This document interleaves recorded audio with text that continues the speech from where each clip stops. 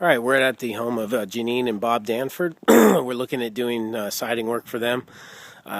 They were looking at vinyl, and after doing some further research, found out that that wasn't going to be a good solution for them. So, happy to say that we're going to be giving them a better solution than the vinyl by doing the Hardie plank here. We're doing sidewall siding. We're going to do a couple areas of soffit, and then doing a fascia overlay all the way around the house. Drip edge is in good condition. We do have a metal drip edge. We are going to remove and dispose of any gutter that is on the main house now. We're leaving the gutter on the rear patio, but any gutter on the main house we're going to take off to accomplish our fascia overlay. I guess we'll start here on the left side, front. You can kind of see this front little area. We'll take a look at the rest around the backyard beyond the gate here. But this little area here, fascia overlay and soffit. We do have a couple different places where doing our soffit work, you can kind of see here where that's pulled away. So that will be addressed, and we'll fix that up as part of the soffit process that we're going to do, where it's just kind of falling out of the groove there. We're going to reuse these circular gable vents. They had those done by another company, and they used a Hardie backer, but they didn't seal the vents or anything, so we'll make sure these vents are done properly, retrim them in a Hardie plank, and put them on the way they're supposed to be put on, so it looks a lot cleaner instead of just basically stuck into the sidewall siding. We're going to use the existing siding as substrate. We only really have two areas where it's been compromised and can't be used as substrate. We'll address that and cut that out appropriately. But we will use the existing siding as substrate. We'll put on our Tyvek, do all our seam tape, our flashing, and then accomplish our Hardie system from there out. This 1x4 can go away. Basically, that was just put there probably to cover up some rot. So we'll get rid of that 1x4 and make it nice and neat. This is one of the areas here that obviously you can tell the masonite's just rotten. So we'll cut up the wall about a foot and make sure nothing's going on with the base plate, and then resheathe that wall with the same thickness sheathing.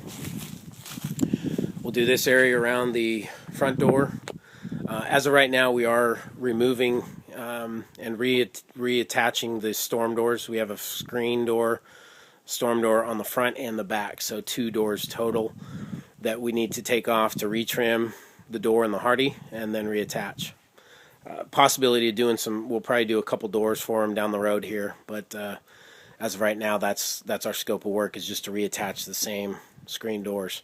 We're going to paint this porch ceiling, so that'll get a new coat of paint. We can reinstall the light. Basically, we're looking at some color options, so we'll need to do the color consult and figure out what color they want to go with, but they would like to do a color change. So we got that siding. We have two lentils that we're going to paint. This lentil you can see is rusted over, and then on the other side of the garage wall, another lentil is kind of the same thing, not as bad as this one, but we'll clean those up and get those painted nice and new for them. This gutter obviously has to come down to do our fascia overlay, so that gutter will go away. I gave him Chris McClendon's info for the gutter replacement. And on the front here, this front gable over the garage is the area where we're going to do Hardie soffit. It's only about a 6-inch soffit, so we can accomplish that and as a good solution without a lot of cost by putting up the soffit on this area. This soffit is in not very good condition, so we'll put up the Hardie soffit here. Again, the same thing with that gable vent. We'll do that right and retrim it in Hardie 1x4 and have it looking a lot better and have a much better seal on it than it does now. We will paint this garage door. This was actually converted to a room, so this garage door does not open. So we will retrim the garage door frame in Hardie and paint the garage door to match the body color of the new siding. Here's the other lentil on this window that needs to be painted. We got soffit. All the soffit's going to get a 50-year caulk on all the H molds and all the freeze board, and then basically painted with our Sherwin-Williams process. Here's the side gable here again in good condition for using this as substrate. We do have two more areas that we're going to do some soffit because of critters. So this little area you can see is all chewed up in here. So we're going to cut that back about 2 feet, put in some Hardie soffit, and kind of prevent this problem from happening again for them. Obviously with the freeze board in the siding areas, now this freeze board, you know, obviously can stay as part of that soffit, but the freeze board where we have sidewall siding is going to become a Hardie plank freeze board. So all of this will be critter proof and we won't have those issues again. The window box here, all the trim, corner trim, window trim will all be Hardie plank, as well as this fascia. Come around to the back. This patio cover here is going to stay.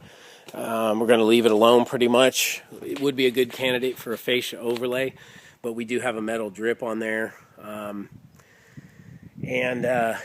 Basically trying to get our fascia under there would mean that we'd have to take off that metal drip and disrupt that roof line.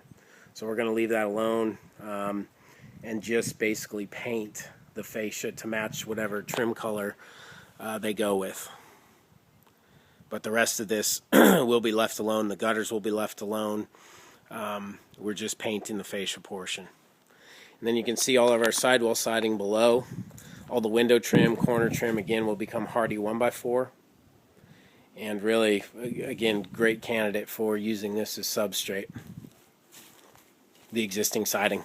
Here's the other screen door you can see that we'll need to remove, retrim the door in the Hardie 1x4.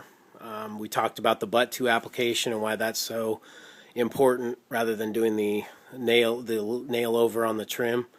So we understand that process. And then we got another window box here. This guttering up here needs to come down to do our fascia, obviously. The soffit underneath here will be painted to match the rest of the soffit. So even though we truly don't have a fascia, because that's kind of the ledger board for this patio cover, this soffit will be painted. All soffit vents will be caulked and sealed and make sure they're attached firmly. And then we'll continue with our fascia starting at this point here all the way around. Here's the other part basically where we want to, this part is good in here. That will get a C-channel flash on that area. This corner trim is rotten right here, so getting Hardie on there will prevent that from continuing and happening again. But this part, this back wall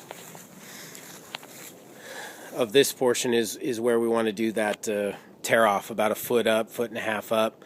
Inspect the base plate, make sure we got no rot going on back there, and then resheathe and continue with our Hardie process. We have one hose bib here, and then we have one GFI right there. So, there we go, right there. Right there behind the propane tank. So we'll do the J boxes there and make sure that's all nice and tidy. And then coming over to the left side, we got another window box here. So that'll all become Hardie plank, and as we talked about, doing our process of Hardie underneath here, we'll make sure that that's nice and tight so we can't get any critters, bugs, ants chewing up underneath there under the window box. And I got a couple more windows. Those aren't wrapped, they're basically in brick, so no problem there. And then this was the second area right in here where the critters are getting up there and just chewing right through the soffit and the freeze board. So that's the other area where we'll come up about 2 feet and put in a Hardie soffit and prevent that issue from happening again. That's what we got everywhere else. The soffit's in good condition by the time we recondition it and do our caulking and sealing and paint work. The soffit's going to look pretty much next to new. So that's our scope of work. Really appreciate your guys' time this morning, and certainly appreciate you trusting us with the project, especially with what you shared on the floors with me. So that means a lot to us that you trust us to do the project for you, and we really look forward to doing a great job for you. Thanks so much.